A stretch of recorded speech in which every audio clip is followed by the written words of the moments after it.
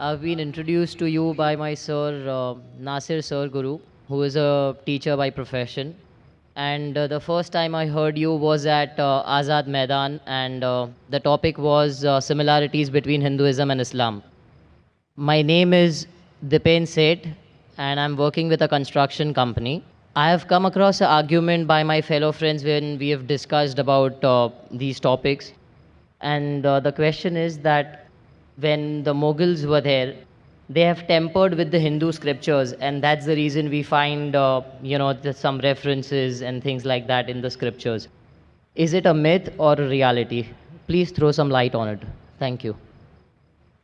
But that's a very good question, that when the Mughals came to India, they tampered with the Hindu scriptures. Is it a myth or is it a reality? As far as my study goes, it is a myth. There are some things what the Hindus said did come into the scripture. For example, the word Hindu. The word Hindu doesn't exist in any of the Hindu scriptures before the Arabs came to India. Hindu is actually a geographical definition. The word Hindu was first used by the Arabs. When they came to India, they say Hindi. Even now today when I go to Saudi, they call me Hindi. Hindi I'm a Hindi. Hindi means it's a geographical definition for people living in the land of the Indus Valley. It's not a religious definition. That's the reason Jawaharlal Nehru says the word Hindu does not appear in the Hindu scriptures until the Arabs came to India. But regarding a question, the Mughals tampered with the Hindu scriptures. Point number one. As far as my study goes, the Mughals did not tamper with Hindu scriptures. Fine? Now, even if I agree with you that the Mughals tampered, now once they have tampered, you leave that scripture now. If you agree that the scripture is tampered, so leave it now. What are you going to follow? A tampered scripture? Follow a scripture which is not tampered. Quran. So even if I agree with your argument that Mughals have tampered the scripture, now leave that scripture. Suppose you have 2 glasses of water. One glass is pure. In the other glass, someone puts 1 drop of gutter water. It's in front of you. But once it mixes, you can't make out the dirt. Will you have that glass of water? No. Why? You can't see it. But because you saw dirty black color drop, it falls in the glass of water, it mixes, you can't make out. Will you have it? Will you have that glass of water? Once I've seen it, I won't have it. Correct, very good, because you're logical. So even if I agree with you that Mughals have tampered the scripture, leave that scripture. Have the pure scripture. Quran. And if you say they have not tampered, the Hindu scripture says you have to follow the Quran. Hindu scripture says that you have to follow Prophet Muhammad, peace be upon him. If they have not tampered, leave it, follow this. If they have not tampered, the scripture says that you have to believe in one God, which I give quotation. Besides giving quotation of God, that scripture also says that you have to follow the last and final messenger, Prophet Muhammad, peace be upon him.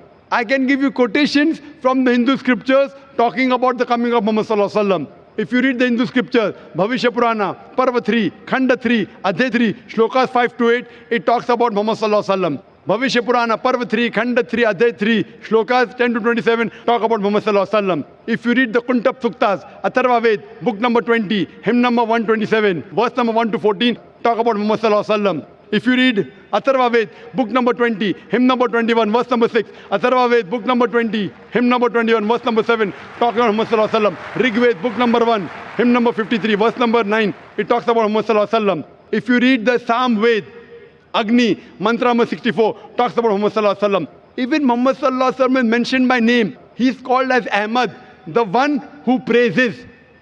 In Psalm Ved, Uttar Chik, mantra number 1500. In Psalm Ved, Indra, chapter number 2, mantra number 152. In Yajur Ved, chapter number 31, verse number 18. In Rig Ved, book number 8, hymn number 6, mantra number 10.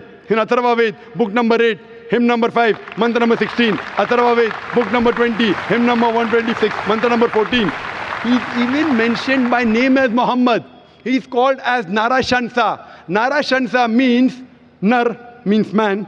Shansa means prashansa, praise. One who is worth praising, the praiseworthy. If you translate Nara Shansa into Arabic, it becomes Muhammad. He is mentioned by name Muhammad as Narashansa in several places. Rig Ved, book number 1, hymn number 13, verse number 3. Rig Ved, book number 1, hymn number 18, mantra number 9. Rig Ved, book number 1, hymn number 106, mantra number 4. Rig Ved, book number 1, hymn number 142, mantra number 3. Rig Ved, book number 2, hymn number 3, mantra number 2. Rig Ved, book number 5, hymn number 5, mantra number 2. Rig Ved, book number 7, hymn number 2, mantra number 2. Rig Ved, book number 10, hymn number 182, mantra number 2. Yajurved, chapter number 20, verse number 37. Yajurved, chapter number 21, verse number 31. Yajurved, chapter number 21, verse number 55. Yajurved, chapter number 20, verse number 37. Yajurved, chapter number 20, verse number 57. Yajurved, chapter number 28, verse number 2. Yajurved, chapter number 28, verse number 19. Yajurved, chapter number 20, verse number 42. I can keep on quoting only references of Muhammad sallallahu alaihi wasallam mentioned in the Hindu scriptures.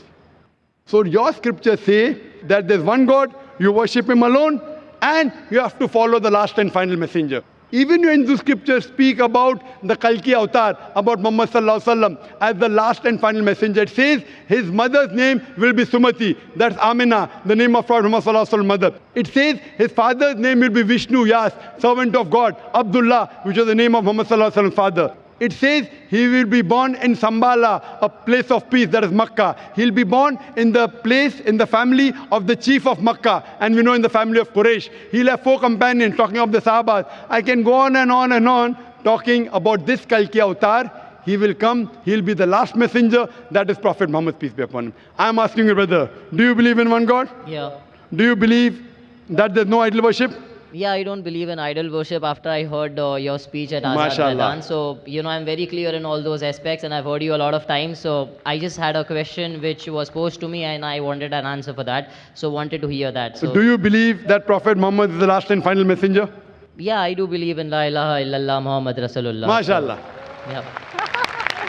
MashaAllah. My concept is very clear and MashaAllah, Allah reward you, brother. Thank you from the bottom of my heart that you're doing such a good work and you're clearing all these misconceptions that we all people do have. MashaAllah, reward you, brother. And in Islam, if you submit your will, a person is called as a Muslim. You have submitted your will. Exactly, sir. Sorry to interrupt you, but that's the reason when people ask me what's your religion and I speak Gujarati, and when they tell me what's your religion, I just when I heard you that the definition of a Muslim is the person who bows his will to Allah subhanahu wa ta'ala, and that's what I told him, that I'm a Muslim. So he was like shocked. So the reason why I was shocked is that I speak Gujarati, I know where I'm a Muslim or something, or come from a Muslim background family. So I was like, I'm born in whichever family it is, but then I know what is right and I've just studied that, and that's what I talk about and I preach about, and I just try to do my bit in the small pieces and bits that I can do. So thank you, sir. Brother. I really appreciate, and I thank you, and may Almighty God grant you Jannah. And if you require any query, any question, you're most welcome to contact us. It's a pleasure. Thank you very much, brother.